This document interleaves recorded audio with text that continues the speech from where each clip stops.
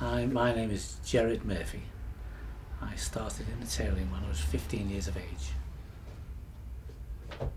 And I've been it ever since. I left school on the Friday night and I started work on the Saturday morning and worked ever since.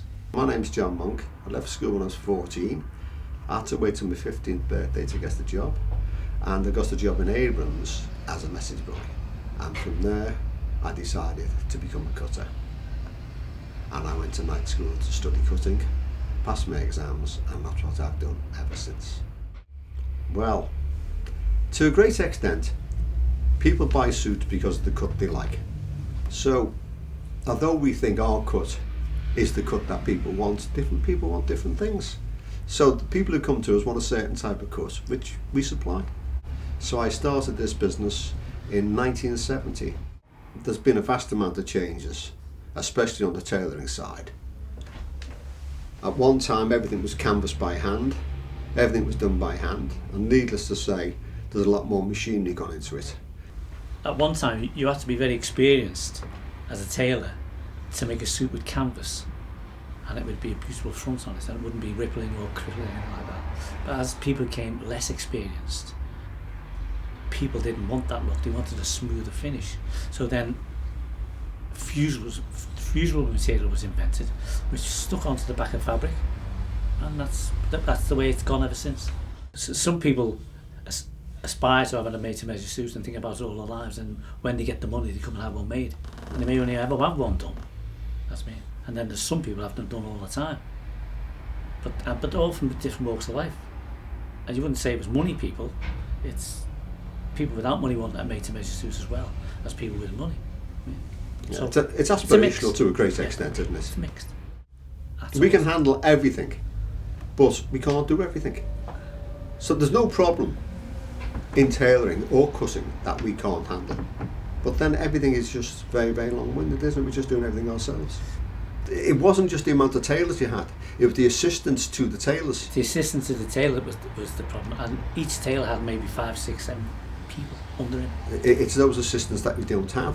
So whereas a tailor, you could put one tailor who could turn out 20 suits a week because you have half a dozen people helping him. You get to a situation now where Jerry makes everything start to finish on his own. When we both started off, we worked in shops and places that made 100 suits a week, and that's where you got your experience on suits, when we're making 100 suits a week. But if you only make 1 suit a week, you can't teach anyone. The volume isn't there anymore. But not only just that, when you're making 100 suits a week, there's obviously mistakes, and it's what you learn by putting those mistakes correct is what you carry for the rest of your life. You develop, You develop. If you just do the occasional suit, anything goes wrong, you never know how to put it right. But because everything that could go wrong, I suppose, has actually gone wrong somewhere along the line in the past 100 years that we've been at it together. I shouldn't have said that, should I? Yeah. We know how to put everything right. Yeah. You just try things out. Just try things out all the time. It goes wrong, it goes in the bin, you start again. Not many things go in the bin, by the way. We try to save everything.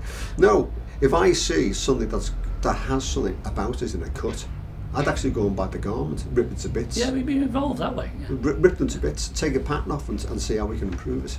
Yeah. Young aspiring tailors, like everybody else, they've got the energy and the ability to do it, and they will always drive forward all the time. You can't get someone off the street and say, "Oh, I'll teach you to be a tailor," because they haven't got the interest in it. But people who are interested in it will always do it, like every other skill.